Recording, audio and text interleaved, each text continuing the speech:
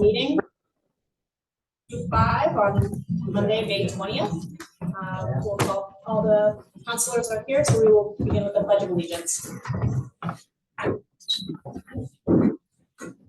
Pledge of allegiance to the flag of the United States of America and to the republic for which it stands, one nation, under God, indivisible, with liberty and justice for all. First, we've got item 69. We'll open the public hearing on the mineral extraction ordinance for the second reading at 6:05. Oh, we're going back real quick. Public comment. Is there any public comment from the audience or online? All right, we'll move on to item 69, public hearing, and open at 6:06.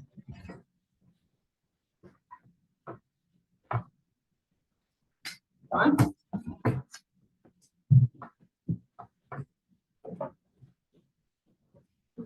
Just hold it until the light.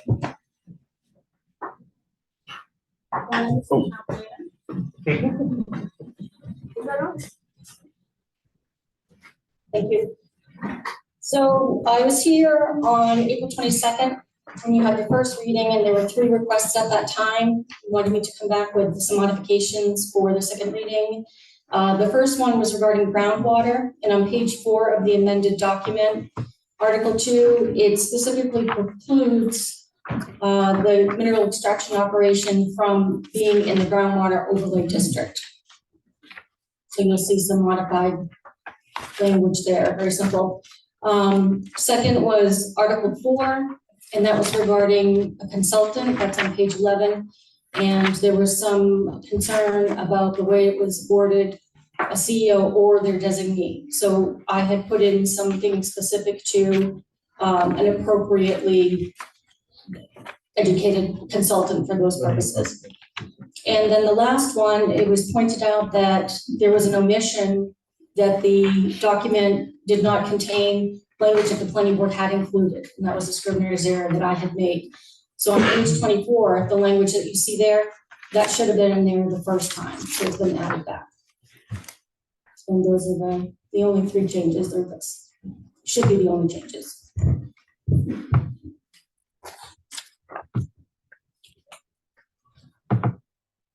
Any questions, comments from the council? I move to approve the mineral extraction ordinance as presented. Yeah, close the public hearing. Oh, I'm sorry. All right, if there's no other comments or questions, I'd like to make a motion. Oh, we will close the public hearing at 6:08. We're excited. I'm down. Thank you, Bruce. We'll move on to item 70, consideration of the second reading of the mineral extraction ordinance. Bruce, you No, can go ahead. that's all right. I yield to Mr. Steele. Go ahead. I move to approve the mineral extraction ordinance as presented with the adoption retroactive to February 9th, 2024. Second. Yeah, discussion. Any discussion? Yeah, Go ahead. I just wanted to thank Dawn. I know she worked hard on this, and you hit all of the problem points and before you brought it back to it. So thank you very much. Now, I'd like to echo that. I think there's 2 folks I'd like to thank. One is Gil Susi, who's sitting in the back. He really got the community engaged in this issue, but in a very productive and constructive way, and really felt like he was a partner in this effort. And then, of course, our town planner. I mean, Annie's absolutely right. I mean, she slaved over this and worked really hard for it, and just for me, sort of reinforces why it's smart not only to have a planner, but to have one as good as Don Emerson. So kudos to both those folks. Thank you. All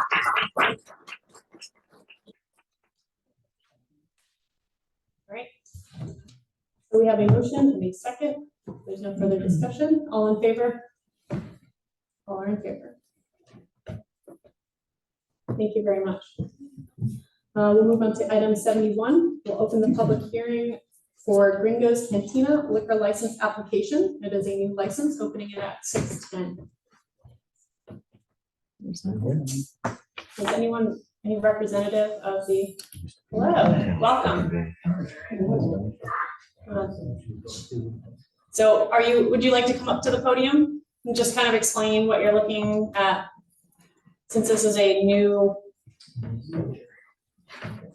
business.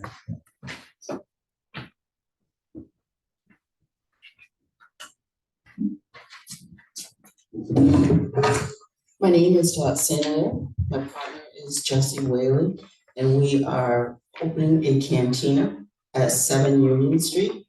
We're undergoing renovations right now. We're running into some contractor problems and some code issues we haven't got taken care of yet. But hopefully we'll be opening we're setting our date for August now. Something in here for August. If things go right, we may be open in July. Hi, Dot, thanks for coming. Dot, what are your hours of operation gonna be? We're gonna be from 11 o'clock in the morning to 9 p.m. We're gonna be closed on Tuesdays. On Tuesdays, okay. Thanks. No? All right, well, thank you very much. We really look forward to that. Is there any other comments or questions? Okay, we will close the public hearing at 6:11. Move to item 72, consideration of the liquor license application for Gringo's Cantina. So moved. Second. James, all in favor? All in favor. Thank you very much. We look forward to your opening. To item 73, consideration of awarding a contract to Federal Engineering in response to a request for proposals for consulting services for radio communications upgrade. I believe I read that was in response to March 20th. We issued the request for proposals, and we have a recommendation after Chief Ferland received 3 proposals in response to the RFP. One from Televate, a Vienna, Virginia firm that bid $154,266. Federal Engineering, a Fairfax, Virginia firm that bid $99,705, and ACD Telecom, a Lake Mary, Florida firm that bid $98,997.50. So after a thorough review and going through the evaluation and award criteria, Chief Ferland, did you want to come up and just describe what you? Good evening. So we, the town manager, myself, and our IT person at dispatch went over all 3 of the contracts. In reading the contracts, we felt that Federal Engineering met the specification and requirements that we set out. They were like $707 higher than the lower bid, but we felt that their RFP, their proposal, more closely mirrored what we were looking for in our RFP that we sent out. So we all came into agreement that Federal would be the company that we should go with. They were very articulate in their plans, very responsive to the needs that we saw, and that's who we decided that should be awarded the contract. Thank you. Do we have any questions, comments from the council? Shannon, if I may, just wanted to let folks know that the bids that we're recommending here is within the budget that we had estimated for this project, which was really good, just by a few dollars, but it is within the budget. And we do have funds set aside specifically for this project already. So that's how this would be funded, is from that capital reserve for the radio upgrade. Paul, do you expect any overages from this company? Any overages from this company? What they've stated is basically the course of work that you need completed. Correct. Thanks. And keep in mind, Jim, this is not construction No, I in any, understand. or acquisition in any sort of way. They're really designing the system and they're going to provide quality control throughout the process. Just making sure there wasn't anything hidden. So, Yeah, can you, timeline, can you give us like a rough timeline that we're thinking that this would start? And the Okay, so once the contract is awarded, they're ready to go as of June 3rd. Wow, good, And they're looking at a 18-month timeline from the start of the project to completion. So we're shooting for December 13th of 25 for the entire project to be completed. And does this contract include consultation services beyond, They Construction and design. they set it up in 3 phases. First is the going out and meeting with all of our users, finding out where the problematic areas are, what they need for coverage. Then it goes into phase 2 where they put out for bid what they think we need to fulfill this, our needs for the dispatch center. And then the 3rd phase is construction implementation. And so, Aaron, to answer that question, like the last year of this project, they're going to be monitoring its usage to see if something needs to be tweaked or changed or fixed. great, thank you. Do they provide any on-site consultation, or is somebody from the company coming up? Yes, Supervise? yes. Thank you. Through all 3 phases of the project, they will have someone on site. They're going to send someone up to meet with all our present vendors, so they can work with them in developing our needs, our community needs. Then it goes to our users. So they're going to be here collecting data from us, which is going to be cumbersome, because we have to go through and pull out a bunch of records so they know exactly what systems we're using, radio frequencies, tower locations, altitudes of the towers. They're gonna look at where our dead zones are, what we need to do to address those dead zones. Look at the ambulance service, their coverage area, to find out the best way that they can provide coverage for them. So if they're in a house on Portable in Vienna, Maine, that they're able to transmit back what their needs are and feel assured that they're gonna be able to reach dispatch from their portables. Just one final question. Are you going to be able to provide, or will they be able to provide additional licenses so that you can have a Public Works channel and everybody's not stepping all over everybody? You've got 2 Fireground channels and. They're going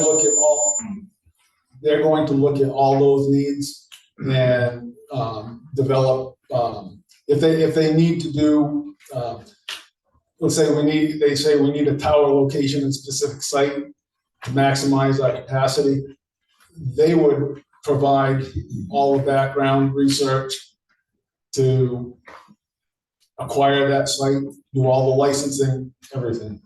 Okay, sounds good. I yield the book. So, on the, I know you said they're gonna do an analysis of the users.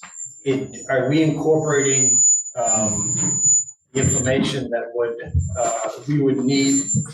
Are they able to provide the information based on what they have to do to accommodate each user of what that user, maybe some insight as to what we should be charging, or like a cost analysis to? That was not part of the RFP.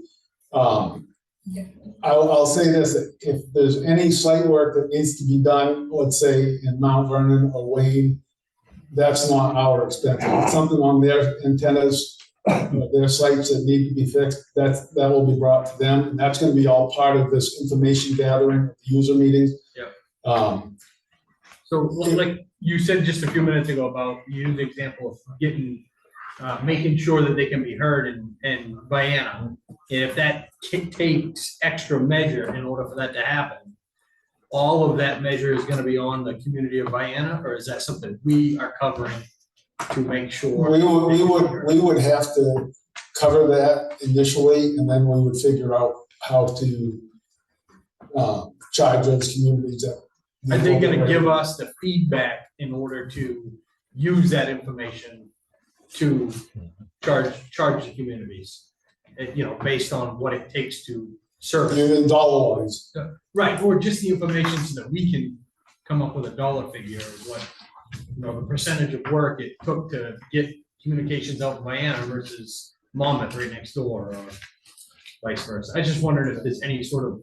Wouldn't we do that by population or something? Yeah, the way we bill now is per Yeah. capita. Yeah, it's per capita.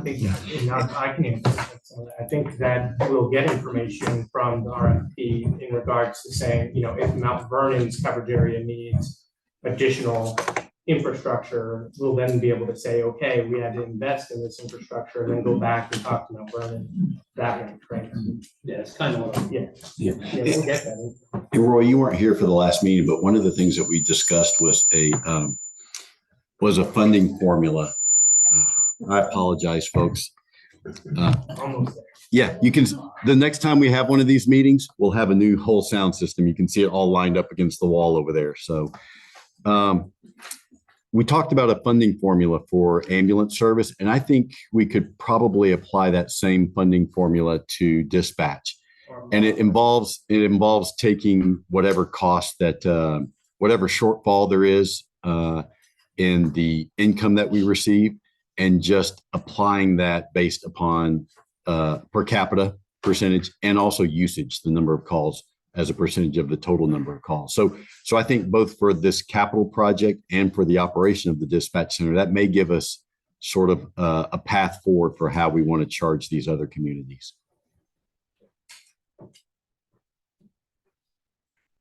So, Paul, what's the support structure look like with this? I mean, they're out of Virginia, right? Who would, if something needed to be looked at, do they have techs that are in closer, or would they send somebody? How's that? Their Virginia. texts are spread out all over the world. Yeah, that's fine. And That's my question. yeah, and they will, when we get to different phases, that particular person with that expertise will be coming to town. That top gun person, yeah. Yes. So with that, does this carry a warranty therefore afterwards, or what's the service therefore afterwards on this? The RFP for the consultant is for the consultant end of things. And when they write the contracts up for the contractors coming to it, that will all be included in that. Those RFPs for the contractors going forward. Yeah, and so keep in mind, Jim, this is just the first of 2 RFPs that we will issue. The next one will have the specs for the system that this consultant will design, and then that will go out, and then vendors will bid both on the construction and the acquisition of the. Yeah, I was just more Of the worried about the way they design it, and it comes to fruition that somebody comes in and says that was designed not very well. Is there any type of warranty value with that? They're gonna monitor, you said, for a fixed period of time. Yeah, we're just looking at the information, that's, was it only maybe 48 hours? Oh, no, it's longer than that. Let me see if I can find it real quick. Well, instead of information oversight, it's on the 250-day mark, which is on 12/3. We're gonna finish it, they're done. So I'm just looking at their timeline, that's all. Thanks. Yeah, and part of that RFP is they will troubleshoot the system before we actually. Their Yeah. technical support run information is December 2nd, 25. Yeah. Yes, but there are 2 columns there. So look at the so look at the start date. Yeah, it's going to be 250 days of implementation oversight. Start on June.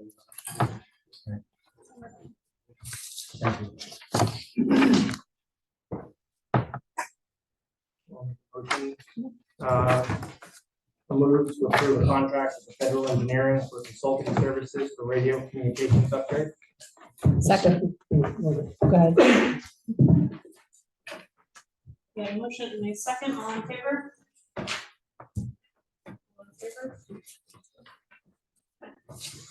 Moving to item, thank you, please. Thank you, Chief Rowland. Moving to item 74, discussion and consideration of changes to the proposed fiscal year 2025 budget, including the capital improvement plan. Yeah, so I sent you some spreadsheets last week on Thursday and followed up with the actual budget documents that you have before you right now this afternoon. And in both instances, I'm pretty happy to say that we've managed to keep the increase in municipal expenses, and that doesn't include the county or the schools, to 1.95%. I don't. When I first read that answer, I said, my first reaction was town, yippee, but then I quickly realized that that wasn't the case. Well, and even once we factor in the school and the county, I think the overall increase to taxpayers is still going to be south of 4.5% overall. Well, and those numbers that you saw, those were higher numbers for school and county than are reality right now. Those new figures just simply haven't been plugged in. And so, anyway, so we're here to answer any other questions that you have. There are two things we want to talk about. And one is there was a request for more information about solutions for the drainage issue at the library. And so our library director, Richard Fortin, has gathered that information. And when he is done, then I spoke this afternoon with Mr. Pelletier, Bob Pelletier, about the cemetery. And I can just tell you sort of what his thoughts are as some things that the cemetery needs. So, Richard, why don't you use the mic at the? well, That's your own risk. yeah. I think that one is okay. I think that one's okay. Hello, okay. Yeah, that one's fine. So I met with Merit Excavation, and I met with KS Properties that does a lot of excavation, and they have done a lot of projects solving similar issues. My goal, I guess, was to make sure that the 15,000 was reasonable. And both of their estimates came in between 30 and 40,000. They both sort of said the same thing, which was you should really excavate all the way down, seal the building, put a pipe in there, regrade it, and then that pipe should be tied into the drainage out back, which means you have to dig up part of that driveway and get permission from whoever owns that building, and then they put the driveway back. Both of those companies thought that was a better solution than what Longfellow's had suggested.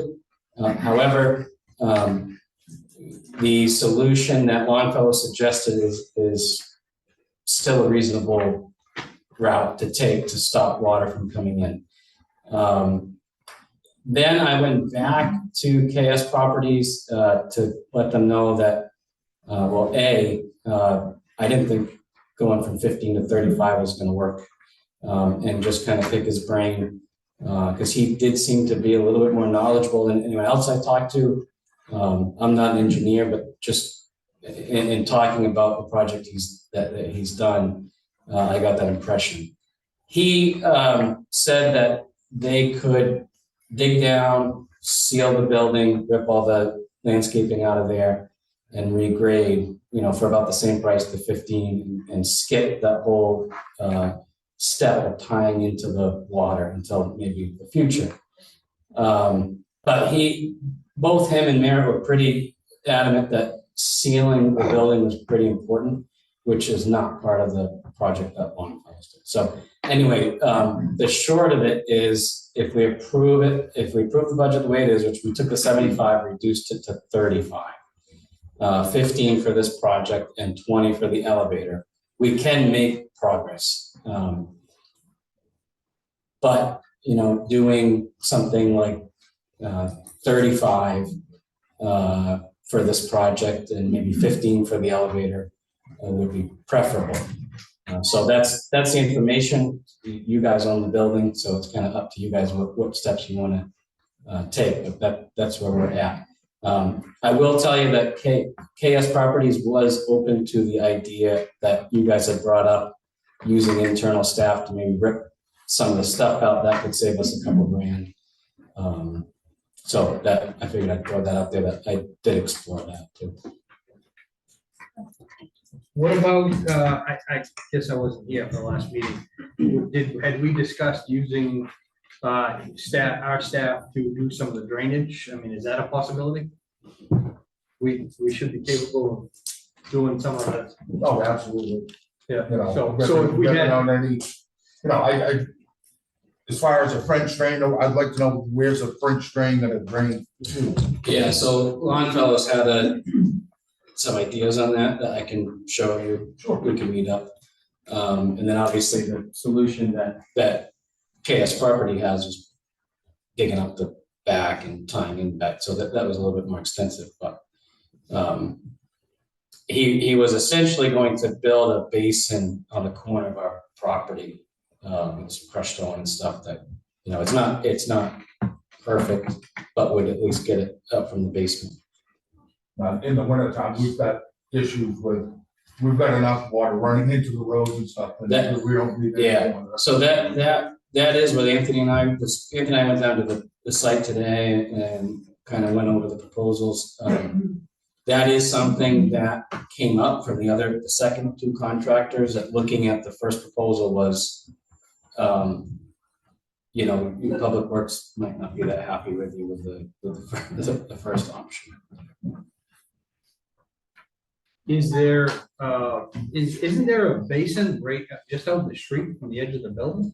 Is that sewer? Does it cover? No, there's a storm drain. There's a storm drain out there. We can't tie into that? But I don't think you've got the pitch from the, you know, it's gonna be running uphill from there. Those basins aren't that deep there, and if they need to get to the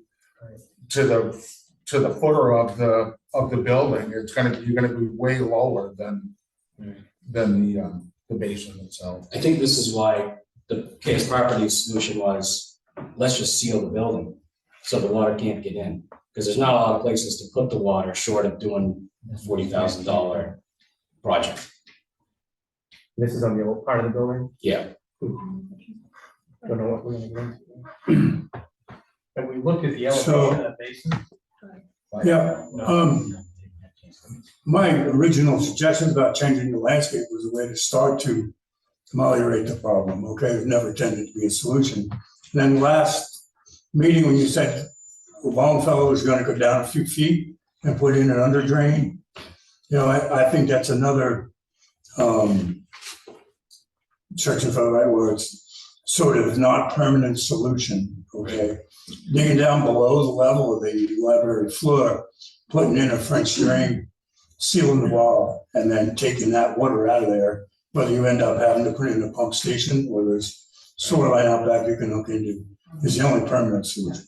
Yeah, and I will say, I called Longfellow back to tell him that these conversations are happening. He didn't disagree. His goal was to get me an estimate for something that would help at a price that wasn't exorbitant. So that's what he did. So he didn't disagree that these other proposals are better and you know, more than happy to want to go.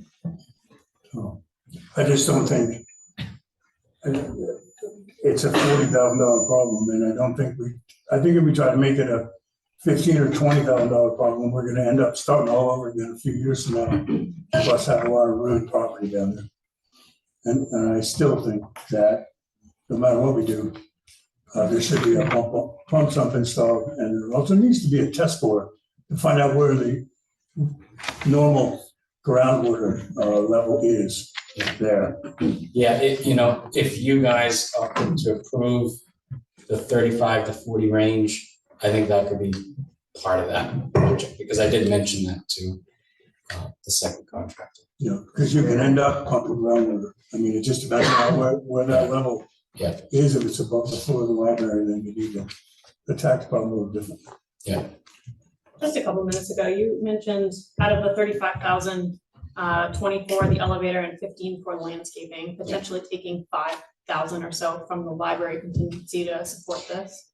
Yeah, Is that so negotiable? the elevator contingency is a guess. You know, theoretically, you know, I've talked quite a bit with the project manager for the elevator project. And he keeps assuring me that we're not going to be, you know, this is, they feel really confident in their bid.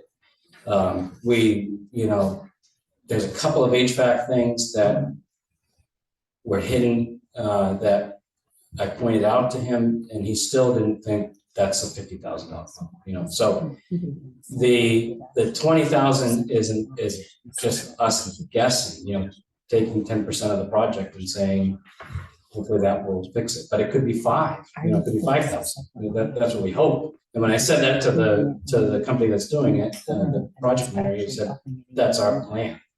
So I would feel comfortable at saying maybe we could make that 15 instead of 20, put it towards this.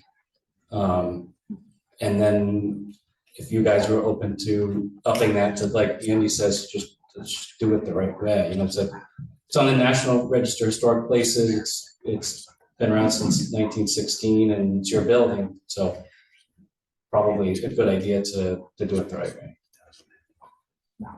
Any other questions? One quick question. Have you and Matt actually gone and walked the site together or? No. I'm just curious. Yeah, I mean, I'd be happy to. Yeah. we're both from the town of Winthrop here and we're trying to solve the problem. Yeah. So it would be nice to use our resources internally.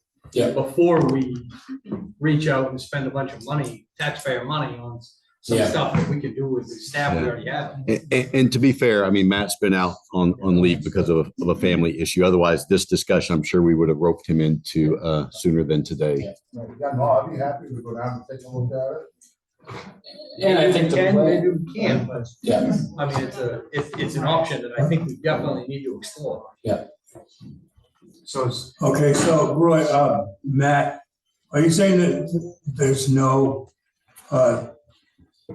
drainage where the invert of the pipe is low enough to drain water below the foundation? We can get water to drain to the Bowden Street side, to the Union Street side, I believe we could.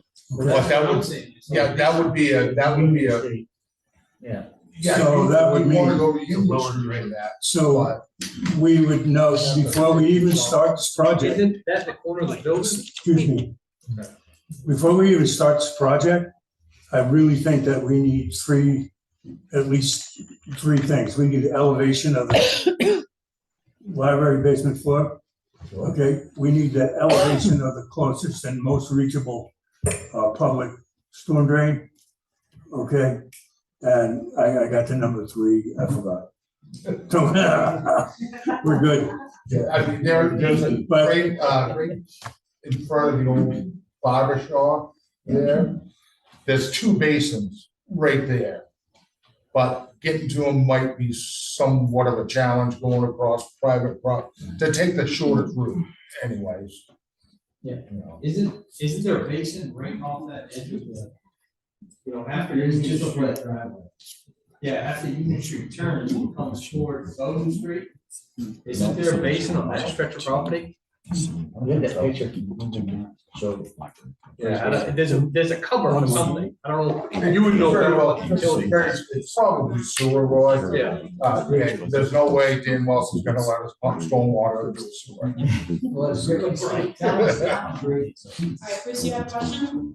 Well, just real quickly, we've had water infiltration in there one time. That was with the torrential waves we had in December. Is this a continuing problem?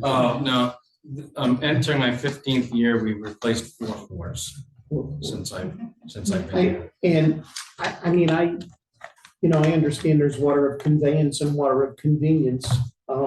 this is water of convenience that's caused by bad drainage, but can it be eradicated with the installation of a sump pump down in the corner to pump out? I don't know. It seems like the cheaper alternative. All three contractors I met with, I brought that up.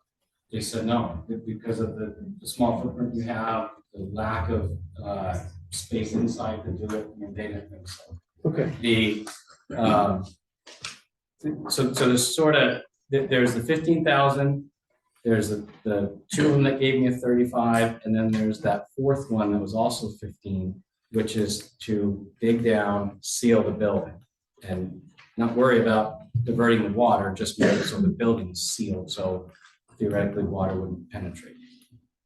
That would be probably the cheapest route. Okay, so, you know, obviously, we have to figure out the budget angle for this project. Just real quick, when the addition was added, I'm sure, obviously, there was drainage placed into the new part. Do you have the ability to look at that and see if there's a place to adequately tie into that potentially? I'm not sure where that would have gone, if it's just around a foundation. That might be something to look into. Yeah. See if you can get a hold of those plans. Yeah. Or the contractor. Yeah, I have the plan, so. Okay. Yeah. And then, I mean, I think regardless, whatever we choose to do for the remedy is that ultimately the problem is that old part of the building probably just needs to be sealed. Yeah. To get underneath it and to figure out, you know, but that may run into some other stuff, so we would have to think about that. And probably a phased approach, meaning, you know, if we did 15,000 this year, 15,000 or more next year. But I would say that if we do the foundation and sealing, that would probably be a multi-year process. Yeah, so that fourth option I was telling you about, he did say they would throw a pipe in it. So that way, if in a year or two we came back and wanted to divert the water, it's in there. They don't have to re-excavate. That, you know, to me, I'm leaning towards that, or doing it the right way, whichever, you know, money-wise, wherever you guys go. I would say that if there's a way we can figure out to get, you know, initial, you know, kind of like the emergence or acute situation around keeping water out of the building. And then working on a more comprehensive plan to alleviate, you know, completely looking at the foundation around the old structure or the initial structures completely would probably be what I would prefer in the long term. Because it's, you know, it's something that's not going to go away. And certainly we're going to put, or you're going to put some books and other equipment in the basement, then it, you know, shouldn't be just relying on one half of the building. Yeah. In the elevators on that side, right? Yeah. Yeah. So my suggestion would be we keep, so right now, what do we have is it 15,000 allocated? Yes. Yeah, So the budget for what we have right now. So right now, in the capital budget for the library, we have $35,000 total, 15 of which would go to drainage. Okay, and then, so it would be, mind if I see what we can get for that? And then plan for that phased approach to be more comprehensive over a year or two would be mine. Do we have any other questions about the budget? I don't have a question, but I can tell you right now, I'm okay with this budget, the way it's presented, the town budget. Not the school budget with respect to the increase. However, I want to say I am not happy with the Kennebec County budget. That is absolutely outrageous. The salary increases were outrageous, and I don't give a damn if they cut it from 44% to 28%. It is way too high. And in this day and age, they all ought to know better. And as far as I'm concerned, that is just, it is beyond in a time when folks, you know, are having trouble paying their bills. They're having trouble making ends meet because everything, the cost of everything is sky high. These guys want to turn around and give a 28%? increase, it's outrageous. It's absolutely outrageous. Every one of them ought to get voted out. Every one of them, as far as I'm concerned. That is just outrageous and it's uncalled for. And I think that we all need as elected officials to look at this whole process of county government, because what they're doing is they're just handing us an increase and expecting every one of these towns to pay for it. And I don't know about you folks, but I'm tired of this. Every year it is increasing way above and beyond what our budgets are. And as far as I'm concerned, they've done nothing about it. And this year they went way overboard. So I guess we have to, as you know, I don't know what the solution is, but this can't happen every year. This can't happen. So I am disappointed in every one of them, and I don't give a damn what they say. As far as I'm concerned, it's outrageous and it's uncalled for. And I am just furious with that. Thank you, Linda. Does anyone have any other questions pertaining to the library budget? Okay.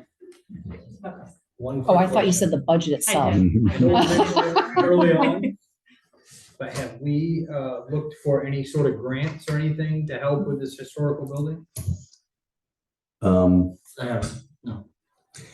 No, I'm thinking of the cemetery. We looked for cemetery grants and struck out. I'm just wondering, I mean, the national, being a historic building, maybe it's likely that there's something out there to help preserve it. Well, again, I always want to caution people, like saying we're going to apply for grants and actually getting grants are two different animals. So I never want to necessarily count on grants. Roy, you know that I have applied for I know. for about $2 million in grants since I've been in the less than a year that I've been here. Just So think for preservation purposes, this is directly, it is preservation of the building. well, I have a question about something that a possibility that Aaron raised, and maybe Matt, you can weigh in on this, and Richard, you can weigh in on as well. So one of the proposals, Richard, that you got was for $15,000, and that did include sealing the building. Yeah. And if we took a phased approach, did we then follow up the following year with improving the drainage from the building? That was sort of the style that owns his property. He said that they would actually put the pipe in there. So that way, when we come back to divert the water, it's less work. Okay, so, I really think that I fail to understand how you can spend $15,000 and you can't seal the entire building to the foundation. And if you're gonna seal the entire building to the foundation, you're down there, you might as well put the drainage in. I mean, it's kind of an all or nothing thing. That's what he's saying he would do. Okay, but you have to go all the way down and then you'd have to put the drainage in, Put the pipe in. you know. We put the pipe in, but if we want to actually divert the water and do that, then you're up to the 35,000. Right, but I just don't see the point in spending, doing the job halfway. I was gonna say something else. Well, And then, you know, having to come back the next year and dig some more. If the worst comes to worst and we can't get permission to get across the private property to get to the sewer line, we can put a pump station in and go to the street, which might actually be cheaper anyway.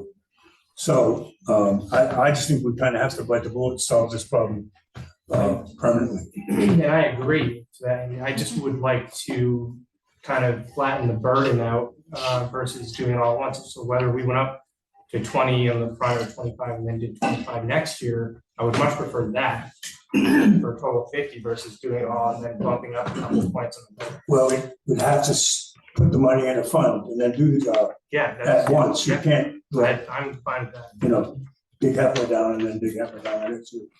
Well, that is another option is if we want to cross our fingers and hope we can make it through another year without any flooding in the basement, then we could put a certain amount of money into the capital reserve this year, supplement that with an equal amount of money next year, and then we do the project at that I would point. prefer to do that and then in the meantime, look for the sump pump to be a temporary situation potentially. at least keeping it from getting. to Yeah. the floor. Yeah, we could also look for a grant. And I hear what you're saying, but again, We could also look for a grant. so tomorrow, we've got to publish Right. the budget. And so we've got to determine a figure for this line item tonight. So if we determine a figure at $15,000, can we either use it and do the plan that what you're talking about? Or can we at a later date or, within the next month after we figure everything out, can we put that toward a capital reserves plan? If So- we just have the figure in the budget. So the figure would be in the capital account. So if you put $15,000 in there, that doesn't necessarily mean we're going to spend it in FY 25, Or we rate. but it's there for when we want to affect the project. Go ahead, James. So I think the way we've got it set up, and thank you for laying things out correctly. So I think there's money there now to spend, whether we spend it on the contingency for the elevator, or we use it for, we decide to do something, whether we decide to put it aside and put it for next year, do the whole project.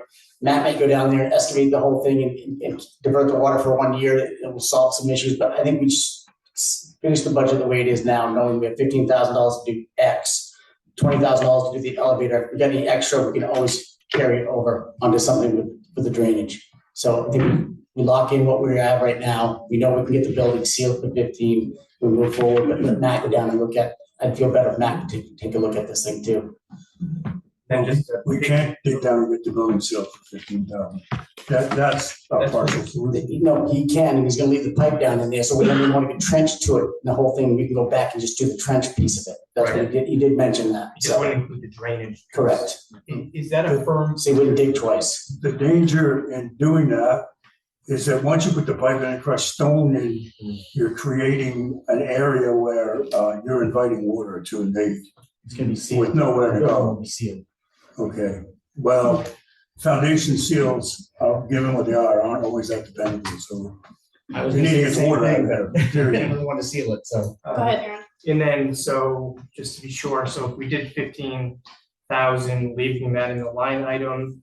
Now, this budget of the 1.9%, this is without ARPA funds designation, correct, with what we have? Yeah, so that's the other thing that I included in this memo. So you'll recall the chair at the last meeting said, hey, can we get a list of potential Yeah. ARPA projects? And so right now we've got about $127,000 and we've got way more than $127,000 in needs. And so it's just a matter of prioritizing what's important to us. I would probably also think that maybe we can take a portion of that, somewhere in the ballpark of like 30 or 40,000 and set that aside for immediate needs in the capital, including potential with the library. Well, You have to spend it, don't you? one of the things that, two things about that is you have to appropriate it by the end of this year. And I think if we do that, Aaron, we're going to need to appropriate to something specific. Okay. And then secondly, so once we do that, then we have until the end of 2026 in order to spend it, which, in this case, I don't think would be an issue, but that's one of the caveats of the funds. We have that. to the list. But it's in the memo. So it's, and if you guys want to engage in that discussion tonight, we can say, hey, these are our top 1, 2, 3 priorities. Before we move on to that, I'd also like to hear about the cemetery, what you talked about. Okay, very good. So Mr. Pelletier called me and he talked about 3 things. Number 1 were trees that need to come down into the cemetery so that they don't fall and crash into stones. And in that regard, I think we're in really good shape because right now in the FY24 budget, we have $3,000, none of which have been spent. So I'm glad Matt's here to hear this. Thank you, Richard. And he can relay this to Steve Kennedy. So we've got $3,000 in the current year's budget that hasn't been spent. And we have $3,000 budgeted for tree cutting in the FY25 budget. So, if we can get $3,000 worth of work done before June 30th, that'll be good. There has been some tree work done. The arborist isn't real good about getting invoices in, so there has been some Okay. tree work done. Okay, so we're going to need those so that we have a good idea of what our costs are. But And then after July 1st, then we'll have another $3,000. So, so I think from that regard, you're talking about $6,000 total. I think, in that regard, we're making progress on trees. The second thing that he talked about was removing 2 shacks from a couple of the cemeteries. And he thought it was just a matter of just sort of knocking those things over. You familiar with what I'm talking about? Yeah, there's one Maple right here in town. Then there's another shack or shed or whatever you want to call it on East Winthrop up there. Yeah, he said they're not usable. Yeah, anymore. And then he said they have been there forever. So I guess, Matt, the question is that something that needs to be contracted, or is that something that can be done? No, we could do it, but it's just, I feel like I know. spreading everything just a little bit thin, and summer's only just so long. Yeah, understood. So that was the other thing that he raised. And then the third thing was roads. And we had a very generous offer of some gravel being delivered to help, but that's just going to be sort of a starting piece. So if we wanted to include some gravel in this budget, that would make Mr. Pelletier happy. But I would ask you guys to understand that there's quite a bit of drainage in, especially Glenside. There's a lot of culverts and stuff that haven't seen daylight in years. That might be a good idea to address that. So Matt, are you saying that those culverts need to be replaced or cleaned? Replaced. They're just shot. They've been full of dirt for 50 years probably. Does that fall under the new grant that just came out from the community? Oh, golly, I haven't had a chance to look at that. We just got, in fact, we just got that notice from the DOT today, so. So in reviewing this, I asked you a couple of meetings ago, budget meeting, about cell phones, and we had the same carrier, and you said yes. What is the basic charge for cell phone cost wise for an employee? Jim, you're asking me a question. That's very granular. So if you'd have sent me the question last week, I could have had the answer from the lady. This is my thought in my proposal of it, because I think it's tough with anything. Is people use the phones, they also use it for their regular phones, because that's the phone's being issued right from the town. That's probably the one people carry. And then, do you have 2 phones, or do you have one from here? No, but I may be a little bit of a different animal in that you guys, well, let me explain. You guys pay me a stipend towards my phone. Well, that's where I'm going with this. Versus paying for the whole plan, maybe we should just keep a stipend and have folks go get their own plan and pay $40 or $45 stipend towards that plan. So when it needs a new phone, they can take care of it. We don't have to manage it. And I just think it's a better way to manage the cell phones, and they can use it for their personal, but it's also for work. So I just think it may be a cost savings. I agree. How many cell phones are we talking about? I don't know. There are not very many cell phones. Chief Bostel, I assume you have one. I do not carry the department phone. Chief Dubinsky, it's in his office. Okay, all right. And Chief Erlin. I would agree with a stipend. That's what we do at my office. Well, wait a second. Before we get too deeply into this, I would really want to check with the attorney to ask about that, if there's any sort of legal issue with having. Yeah, no, I understand. But before we make a motion or anything, I think we need to explore if there are any legal issues involved with having people use their, because Chief Bostel, Chief Berlin, for instance, might have more sensitive information crossing their personal phones than the town manager would. Oh, I see. Okay. What it's come down to is if we use our personal phones for official business, the defense attorneys can take it. Oh. The information that's on those things. I see. You carry a work one and a personal? I don't. Okay, I just carry the work one. Right. But the other part of the cell phone formula is every cruiser has cell phone coverage in it for the camera systems. So you've got that expense as well. There needs to be one in each area. There is one in each unit. Those would be more like department. Yeah, that's, yeah. Yeah, those are department, yeah, I that's, don't see that, 'cause you're not using that personally anyway. Right, yeah. Cut down on all. I yeah, know, I used to carry around 2 cell phones, and I just said, I would just pay a stipend, that's why I came up with the idea. yeah. Then people can manage their own plan, and do what you want with it. Yeah. Just a thought. I agree, Jim. I mean, I do that because of ease. Yeah. But frankly, it might not be the smartest thing to do. I don't think that'll get into the punch. So looking at the proposed fiscal year 2025 budget, including the capital improvement program, we did have a couple of questions to the library. Thank you, Richard, for coming up and fielding those questions.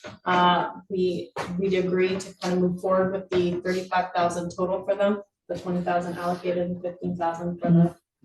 Okay. For a cemetery, did we want to allocate anything additional for gravel? I mean, I'm looking at this line item right now and it still has the same balance. It hasn't been expended for 2024. Let me look. What pages? Page 25.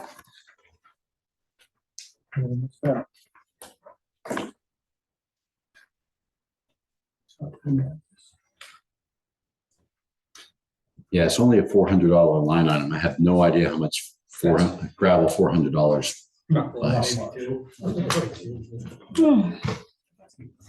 So So- as far as the shed culverts, we could probably look into for potential. There was, I think, I'd have to review the grants that just came out, but I'm pretty sure there was one that just came out regarding flooding.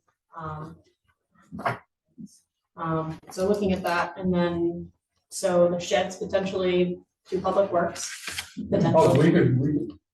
we can demo them and take them to the transfer station, that's no problem there. All right, and then as far as gravel. Line item 26-1. Yeah. I think it was being done. More. Yeah. We just have some more.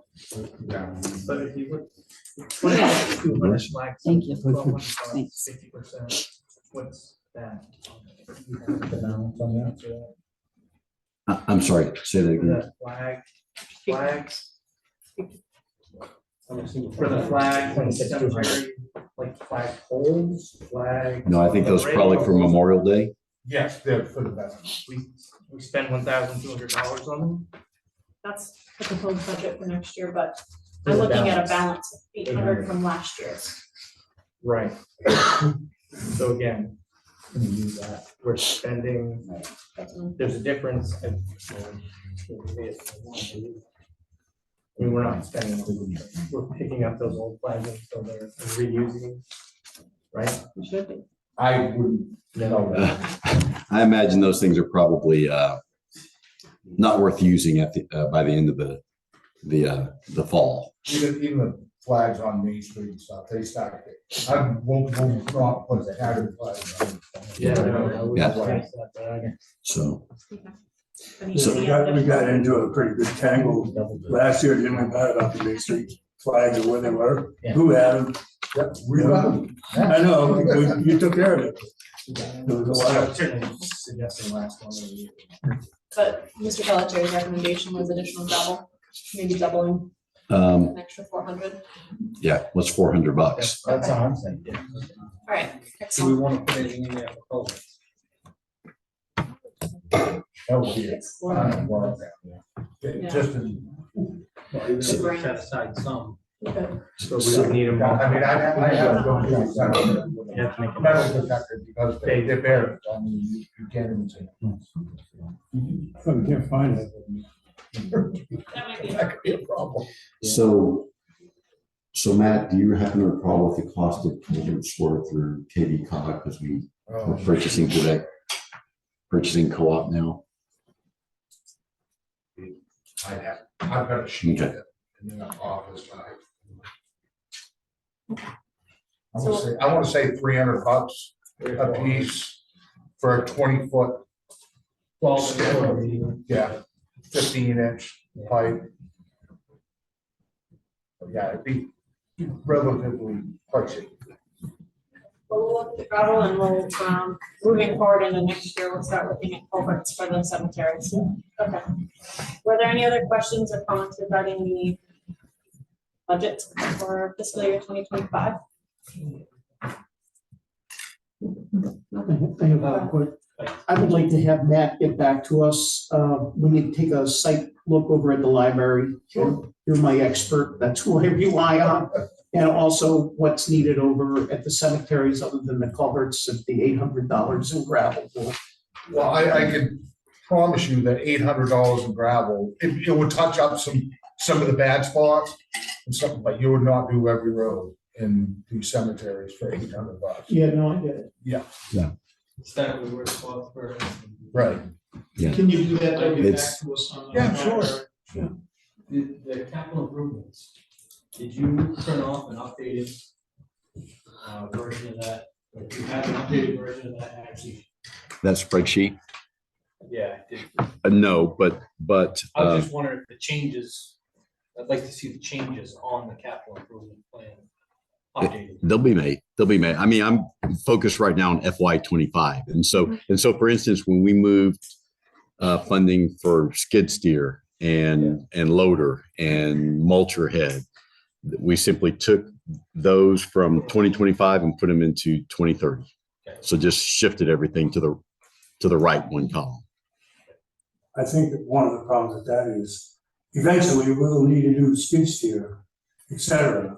But we may think that in 2030, we won't be able, but they may think that we really don't need a multi-head. So I don't know if moving those forward in the budget is gonna. But all that did was, that was under our lease program. So all it did was put aside that decision for a year. So a year from now, we'll decide, okay, do we think we're ready to buy a new skid steer, or do we want to just wait another year on that? So it's not as if we're waiting 5 years in order to purchase a skid steer. We're waiting a year. Well, I thought we decided we didn't need the multi-head. So why would we put it in next? I don't think we decided that. I mean, Matt wasn't here for that discussion. What we decided was we didn't want to include it in this year's budget. Okay, I won't pass words with you. The other thing is, one of the things we talked about is looking at all the equipment across the board and replacement, what time, how we allot the amount of time to hang on to each piece of equipment. Because as far as I'm concerned, you've got the ambulances, the police cars, all this equipment, public works. I want to know what, it seems like we're replacing things a little bit faster than maybe we could. So I'd like to know what the average is out there and, what do other towns do in terms of replacing this equipment? I mean, I know it's probably all over the board, but I think that we need to, look at how often we're replacing a lot of this equipment. And do we really need to do that? I mean, we did a little bit of that this year, but I think that we need to look at it long-term and just kind of look across the board. Yeah, something, because to me, it just because something has 100,000 miles on it doesn't mean we got to just go run out and buy another one. Okay, so let's talk about this year. We're only actually replacing one piece of equipment. No, I know that, but I mean, going forward, I think we need to look at that. That's a patrol cruiser that I think the chief has said can no longer accommodate the equipment that needs to go into a police cruiser. But I think going forward, we need to look at that. I'd like to look at it. What I'd like to see is a depreciation schedule. Is how often we depreciate or how much we depreciate a vehicle every year, and then come up with a formulation after that, determine when that piece of equipment needs to be replaced. And they're all gonna be different, a loader is gonna be Of course. different than a patrol car. Go ahead, Andy. Yeah, and I think another thing is that we keep talking in how old a machine is. And what I think that we need to do, and particularly with our construction machinery, is to look at the equipment hours on the machine. I mean, there's no way that the backhoe loader at the transfer station gets the kind of hours, it might last. It might last a construction company 5 years and it's junk. Okay, but at the landfill, it doesn't get those hours and it doesn't get that kind of abuse. So it might last longer, and we need to look at that. Purchase that used, too. So I mean, it's a, he purchased that used, it's a 2014. And it was, a New Hampshire DOT machine. Okay, well, I didn't know that, so yeah, it's a good point. You know, but, you know, looking at the equipment hours is an important thing.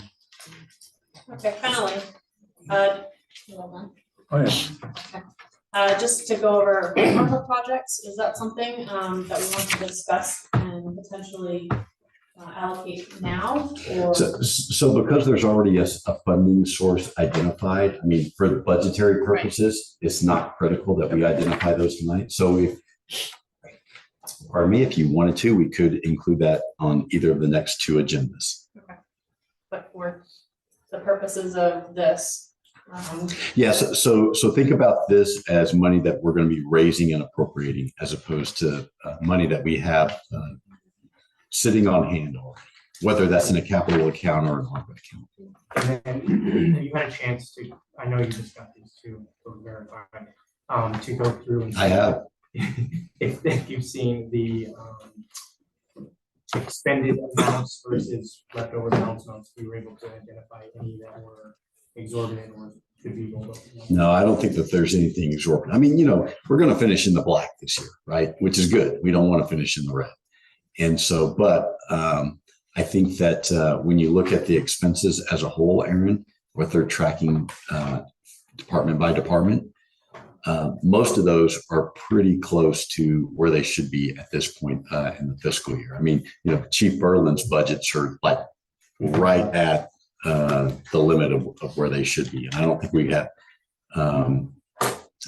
many, if any, that are like way behind where they should be this point in the fiscal year. At the end of, so say in July, would we be able to see all Oh, sure. that? Sure. Just for that, I want to see what. Yeah. percent. And the other thing too that's important to note is that in addition to minimizing the increase in the operating budget, we've also increased the amount that we're budgeting for revenue this year. Because as I think I've told you folks before, I think we've been a little, not, you want to be conservative in budgeting revenue, you don't, but I think we've been overly conservative. And so our revenue projections are up 8% this year. One question I had, I just thought of ambulance. We were wondering about, and this may have been discussed last meeting when I was here. There was 150,000 or something of that nature with the ambulance that was MIA. Still searching for that. I don't know where that went. No, I am not convinced that that was included in the budget, i.e. it never happened. It's not that it was misplaced in another account. I just think there was it appears to me there was a failure to communicate and it never actually got budgeted. Chief Postel, is that a fair assessment? So it appears to me. So we're thinking that their budget is going to be under. No. What we're talking about is that was a capital item last year that was discussed about setting aside $160,000 for a chassis. Right. I don't think it happened. So there was $160,000 that was spent in May of 2023, but that was for a chassis that had previously been ordered in the prior fiscal year because it takes a while to receive those things. So we paid that amount and we received the re-chassis Medic 2 ambulance the following month. And so that's why I think that there was a failure to communicate. I think there was a misunderstanding about the $160,000 as to whether or not that should be included in this year's capital budget and set aside. And it appears to me it was never entered into the budget. Our audit did not find any mismatch with. Would it, not this year? Yeah, it would. There would be a gap. Not this year, that was this year's. That was this year's. Oh, no. So no, that was a FY 23. But the budget. Oh, yes. Yeah.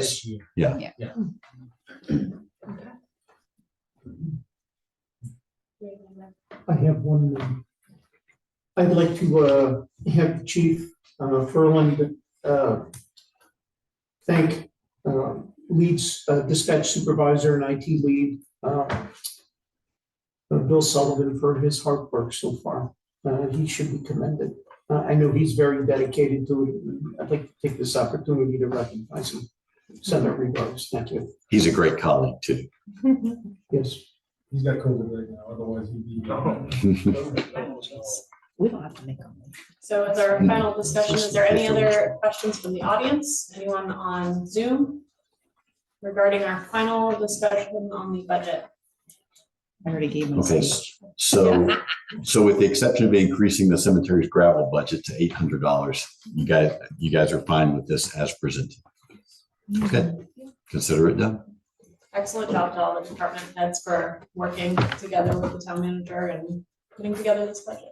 Thank you. Yes. All right.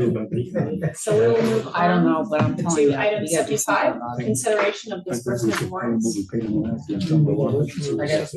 don't know, but we gotta talk about that. On the warrants. Okay, go ahead. I apologize, I hadn't had time to Thanks, Matt. review these at all. So I- my first glance at Can, So do you want to wait until the June 3rd meeting in order to approve those? I can, or I can just sit down with you at some point, asking some of the questions about it. Whichever you prefer. Jen. yeah, why don't we just move them to a June? I'm happy to do Table? whatever. Yeah, move the table. I just signed everything. Just a quick question on it, so just have it in purview, one that jumped out at me. One of Paul's cruisers got pictured again at Paul's collision. I think a front fender or something else was repaired again. I asked last time, the guy went crazy on the door and just ballistically, but I see his expense out, I never see the expense back in. Well, So keep in mind, so there's two sides of the ledger, right? I understand that, I mean, I understand. And so- the concept. I'm just saying, you don't show me as it's getting put back in, it's been. Well, it's not, but because what you're looking at is an expense. So what a warrant does not include is the revenue Correct. that is coming in. But I And just so, would like to see something to show that at some point doing this. okay, so I tell you what, when you have questions about that, let us know and we can provide the documentation. But we did receive a check from MMA Risk for that minus the deductible, of course, It's about $500. $1,000. That's our deductible. What we pay for that? I'll State Farm. We have a lot of claims. No, right. I know, right. My other quick question, just looking at it real quick, is this SNH plumbing and heating. We spent $1,500 on a toilet and a flange. Where do we replace a toilet and a flange for $1,500? I don't know off the top of my head. Right there. Your house? Oh. It was the public restroom at the police department. That public restroom is built on top of a slab, so it's not a conventional toilet. Okay. It pumps out the back. So it's different style toilet. Makes a little more sense now. Like, there must be some golden toilets. The toilet seat is the most expensive. Nice padded one. Yeah, I had a hard time. Can you following imagine? it, so I'm sure you did. When I saw it, I was like, what's this for? And wow. But I'm gonna review, I would like to review these a little bit more. Okay. All right, so there has been a motion to table the disbursement warrants as presented by Linda and a second by Roy. All in favor to table the motion? Or table the, all are in favor. Moving on to item 76, consideration of recommendations from the appointments committee. Okay. All right, so no recommendations at this time. Moving on to other business, is there any public comment? Can I make a comment? Yes, you may. I'd like to know, given what I said earlier about the Kennebec County budget, what can we do and what can we take a look at? Because again, this is going up every year and this year was just absolutely outrageous. I mean, what can we do to change this process, I guess? Is there anything we can do to Are you change talking it? about the county budget? Yeah, the Kennebec County budget. I mean, they're just handing us a number and we're supposed to fund this. This is a little scary, but I agree 100% with Lynn. Yeah, I That do is have a scary. suggestion actually. Yeah, it is. And that is, next year, make sure your town manager gets appointed to the budget committee, because I think I was of help 2 years ago when I served, and I think I would have lent an air of I think I could have made a case that, hey, we can't even consider 45 or 27 or whatever. We gotta come up with a different plan. That's tough. Well, I think on the budget committee, The what? It's not just our town dealing with it. oh, no, absolutely. Oh, There, everybody was outraged, but the thing is, they keep voting people back in. That look what they're doing. I mean, this is ridiculous. I mean, it's absolutely outrageous. What? It's gotta stop. It does have to stop, but I mean, it's, these guys, they've got to come, I mean, I just can't even get over it. Like, who does that? well, I also think it's healthy to focus on the things that we can control, and the county budget is not one of those things.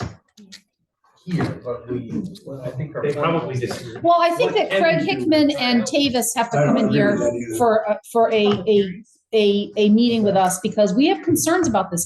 If the county cut budget is just going to get handed to these towns, and the towns are going to have to pay for it, and 3 people or the budget committee there just decides what everybody, it's easy to spend other people's money. It's not so easy to spend your own money. So to me, there has to be a discussion at the state, if it has to be at the state level, because this is just outrageous. And I can't imagine other towns aren't sharing the same concern. Well, I You think, could ask them to come in and explain themselves to us. well, we did. Well, no, I guess did that and they they did, did. but what I'm saying is we need to do something about it. And I guess I'd like to hear what they have for suggestions about what to change at the state level about this. The way it's done, I don't really know, but something's got to be done. They just keep handing us increases and expect us to pay for them. It's not okay.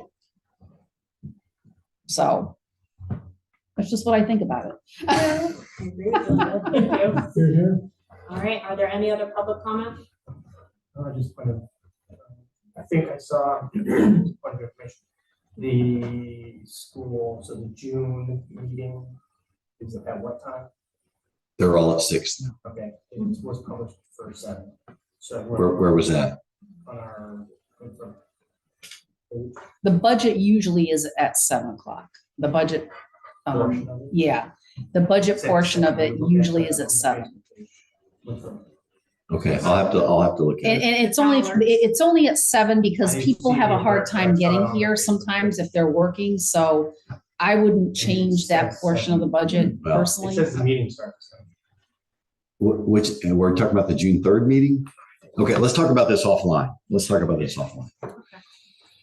go ahead with your comment. Okay, so as you can see, we've got the AV system that's going to be going in this week.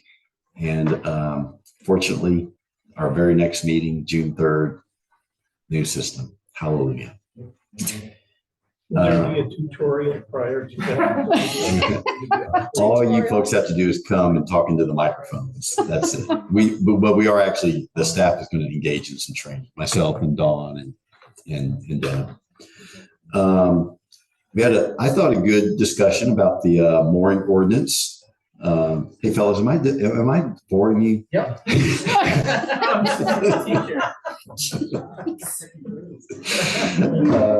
We had a good discussion about the mooring ordinance. We got an ordinance set, and we're going to bring it here for your consideration for a first reading on June the 3rd. Just as a reminder, you guys have made a commitment that you're either going to pass it as is or send it on to the voters in November. I'm so sick of this mooring issue. Can I have one question on that? Of course. Just so it's on record. We did decide, Bruce mentioned it, and myself and Jim are not going to have to set out of that vote, correct? That was the agreement that this council previously made with I itself. just wanted to make sure it was on record. Thank you. I Okay, really don't know why you'd have to sit out that vote. so, all right, I'm continuing with my report. So on June 3rd, at that same meeting that we're going to have the first reading of the mooring ordinance, we will also have all of the budget resolves, and they are many, as you might recall from last year. And we will have an update from Joel Stoughton regarding the sports complex. The street sweeper. So we've had lots of questions about street sweeping. Our public works crew member who typically drives that piece of machine for us has been out on medical leave, but we do also have a seasonal employee who helps out with that. And today was his first day on the job. So the street sweeper will be hitting all the streets in town to clean up the winter sand. I've gotten some nice compliments about the new paving projects that have gone on. So if you haven't been on one of the new roads, well, heck, after tonight's meeting, you can drive on Town Hall Road and see how nice they are. You turned Beaver Dam Road into a Le Mans race course. Oh my God. I can tell you that for the past 25 years, I've driven down that way to go to my employment. And as of the paving, which is super nice, the people are flying down there, and it's a difficult time because it's at 6:30 when your patrol officers might be at the school, but if somebody could just visually make a presence there, and just to slow people down, because that turn on the Pierce Road on the Memorial Drive, boy, it's smooth. We can take it pretty fast, and people are taking advantage of that. I think we ought to buy some cardboard cutouts of police cruisers. Stake them around. I mean, from what it's worth. Cardboard cutout. So, I've seen it done. so someone once told me that there's only one thing that will slow down a driver: blue lights. So, just FYI, tomorrow morning I'll be attending a meeting at KD Cog. So if you try to reach me tomorrow morning, I may not be immediately available. I'm told we had I was out of town. I felt very regretful about it, but until and I saw the pictures on Facebook, we had a good showing that day of caring, and the town staff that participated really enjoyed the experience. So we will we'll be more organized next year, and we'll have the matching T-shirts and everything. But I think that can be the start of a good tradition. And you'll become our fashionista. Of course, of course. Or Roy. He's too pretty. He's too pretty to hold a race. That's good in shirts, you know. Or Jim, who's wearing a shirt tonight about murder. And then lastly, in case you missed it, we sold the old fire department boat. So we actually had a couple of bids from council members. And the winning bid was just too rich for their blood, apparently. But at least they did. At least they didn't buy a bicycle for a dog. And that's the end of the town manager's report. I did. I was waiting to hear about, see if it showed up on the town manager's report. How about Zisk House? Have we heard anything from that? Yes, so Dawn has an appointment on Wednesday morning to talk with the town attorney so that they can compare thoughts as to whether or not the Zisk House may need to seek some other permitting, since the use that they are looking at would be different than what the building is currently permitted as. Dawn thinks that that's quite likely. We have explained this to the Zisk House operators, and you sort of know where we stand on that. The update as far as, I haven't been down Main Street today, but the flags going up for. Yes, so I sent a note to Matt last week while he was out, just reminding him that we need to make sure those are up before Memorial Day. So message received. Just to follow up with that, as you know, I came about a month ago with the flag that should be waving down at Norcross. Yep. I was told, so town manager, that it would be corrected as soon as the ground was firm. And I was just wondering where we stand with that. At this point, the ground should be very firm. So, okay, folks, okay. So Steve Kennedy was working with the Lions Club, who were prepared to take a lift out there to make the repairs. So I talked with Steve about this late last week, and he was going to call, I believe it's Dave, is it Newhouse? And facilitate that with them. Just to throw in there too, I did speak to Steve during the day of caring, that we could probably get the ladder truck down to tomorrow. So I can follow up with you. Thanks, Chief. So rest assured, it's pretty good for Memorial Day. We're doing our best. Yep, we're working on it. Yeah. Respectfully, I'd like to remind you, there is another flag at the point. Yes. Okay, and that flagpole that you're talking about was put up by the Lions. So, you know, the town is, and the Lions are trying to cooperate and get that repaired. No one's slacking off here. We're doing the best we can. Yeah, well, and I'll, you know, one of the things I always tell my staff is I'm not interested in excuses. I'm interested in results. So I understand where you're coming from. At the same time, our public works crew is out, all those roads that are being paved. There's some work that has to be done in preparation for that, and that's sort of where their focus and the priority has been, because we're doing that much earlier this year than we've ever done it before, in order to ensure that we get roads paved this year as opposed to the next year. It just seemed like a slam dunk when we spoke last time. I just thought I'd follow up. Thank you. Thank you. All right, is there anything else? I'd like to make a motion to adjourn at Some of 7:30. Second. All right, all in favor? All in favor? oh my God. So, oh, I'm sorry. Thank you. All right.